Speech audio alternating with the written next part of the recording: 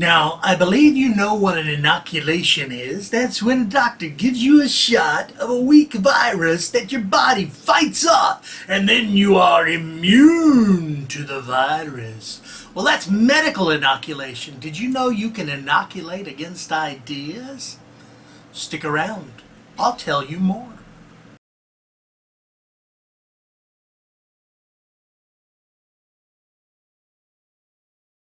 Live, trance, and prosper. Hi, I'm Dr. David Phillips, and welcome to Inoculation Theory, or Learning to Resist Influence. Now, inoculation theory isn't a new idea. It's been around for a long time. However, when we think of inoculation and ideas, it's a fairly new concept.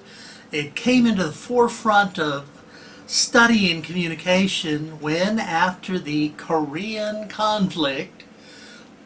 War, several American soldiers decided to stay with their Korean captors after the end of the conflict, and they were to be released from their status as prisoners of war. And the American government said, this is odd. Why would they do that? There must have been brainwashing involved. Well, depending upon what you mean by brainwashing, yes, there was. Essentially, we needed to look at how the Koreans were able to shift the ideas of these patriotic American soldiers. And they were patriotic going in. We know this.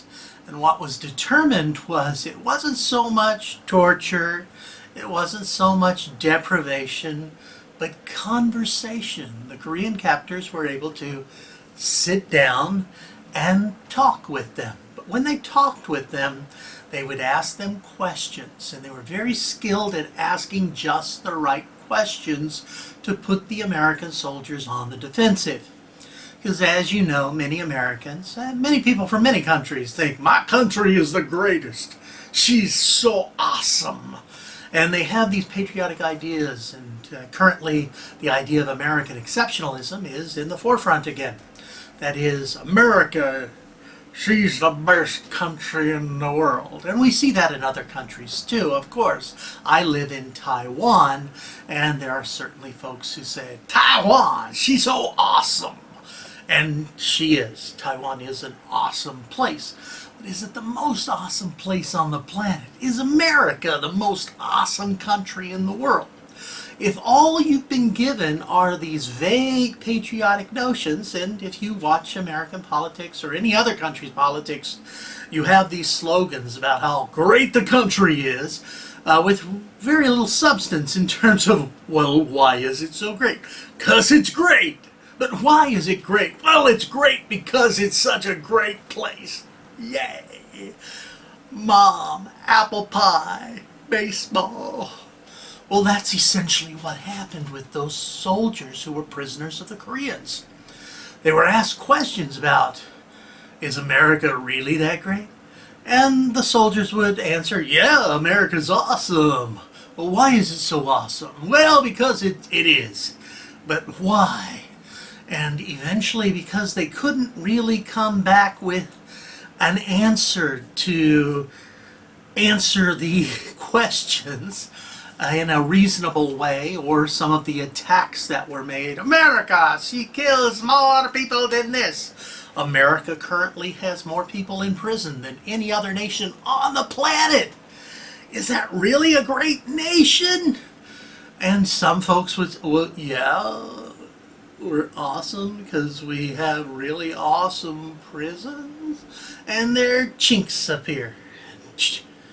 And eventually that exceptionalist argument falls apart. The person is left with a hole in their heart and their soul that they have to fill. And those soldiers who were prisoners of the Koreans, they filled it with their captors' ideas. And in the 1960s, McGuire started looking at this stuff. And he said, well, we need to make sure that our soldiers, when they are confronted with captors who are chinking away at their armor, they have something a little bit better to go on than America, she's so awesome. They need to actually be able to argue.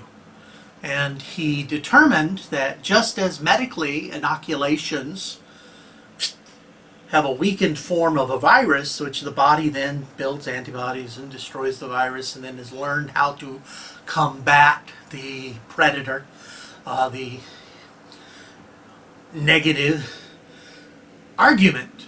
Ha! So, if we use the medical model and we think of that in terms of communication, what do? We introduce an attack.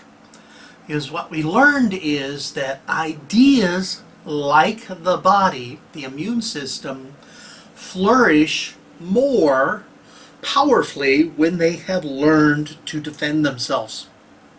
So, if a communicator knows that someone else will have a contrary argument to the ones they're giving, they need to do more than just, yay, we're great, mom, apple pie, strippers, you know, the great things. They need to be able to refute those arguments. So now you don't want to make the opponent's case for you. My opponent's going to tell you I suck, and he's going to give you evidence from my bank records and my previous business dealings and all these things that I have previously sucked at. That doesn't mean I suck today. That's a horrible defense. You need to, and I'm thinking of a particular political candidate right now as I'm taping this, as I say those things. But you need to have a little bit more to go on. You don't want to defeat your own argument, but you do need to be realistic that someone else is going to introduce the arguments against you. So you introduce a weakened form of the argument, and you get your audience to do the work of defending against that audience. Teach them how to defend themselves, and then throw out those ideas and have them respond. All right, so inoculation theory for communication. It's often used for soldiers, and after the Korean conflict and McGuire's work, it was determined that American soldiers need to have political orientation. That's right, political indoctrination, so that they could defeat any sort of argument against America, she's so awesome status. And they gave them that orientation so that they could indeed have the ammunition to defend themselves or defend their ideas. Otherwise you could have some, it could be problematic, you know that. Alrighty, so, but it doesn't just work in this one context of teaching soldiers not to be brainwashed. It works in other contexts. Religion. If I run a church, and I have been known to preach a gospel or few, I don't want to allow my parishioners to be subject to unfair ideas. And some folks, some Christians in the United States today, they say logic should not be taught in school. Reasoning should not be taught because it takes away from faith. If your faith is so poor that you cannot discuss things in a critical fashion, that you cannot stand up to critical thinking, then your faith is based on stuff and nonsense. Faith is important. It really, really is. But it should not be the only factor in your belief. That's important. That one's free. So, in religion, you can use inoculation theory. Please don't use poorly based ones of anyone who says science is awesome sucks. They're working for the devil. That's a terrible argument. You suck. Use more reasoned responses to it. In advertising, we see inoculation theory at work. In politics, all the time, it's at work. My opponent will come up here and tell you this thing that they will assert defeats this belief we have in the awesomeness of this idea. But when you look at their ideas, their arguments, you'll see A, B, C, D. They suck. And then you can go on. Okay, so give a weakened form of the argument, defeat that argument, teach your audience how to deal with things, and then they will have the armor. Have them go through it several times, and they will. If they turn on TV, they'll hear the ideas. We all know, and while W. McGuire really did the fundamental work on inoculation theory, Darrell Bem later in the 1980s really did some solid work on inoculation theory and advertising and communication. He's not as cited as much as McGuire, but he is important. In fact, when I studied communication theory long ago when dinosaurs walked the earth in the 80s, Bem was one of the seminal works that I looked at in my own work on communications and influence. But anyway, what are the steps for inoculating your audience so that they are protected from these invading ideas that might be contrary to what you want your audience to take with you? And as I say that, please understand I'm not talking about manipulation for manipulation's sake. Please see the videos I've done on Quintillion paradigm and the arguments there. Any student who has ever taken my course knows that I strongly believe in Quintillion's words. The essence of communication is a good man speaking well. You don't know what that means? Go look at the video I did on Quintillion. Alrighty, so our 3 steps for inoculation theory. What do we do? Step 1, warning.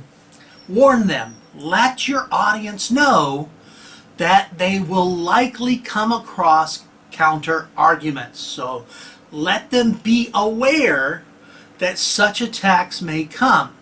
That way they are prepared for it when it happens, so it doesn't blindside them and say, what?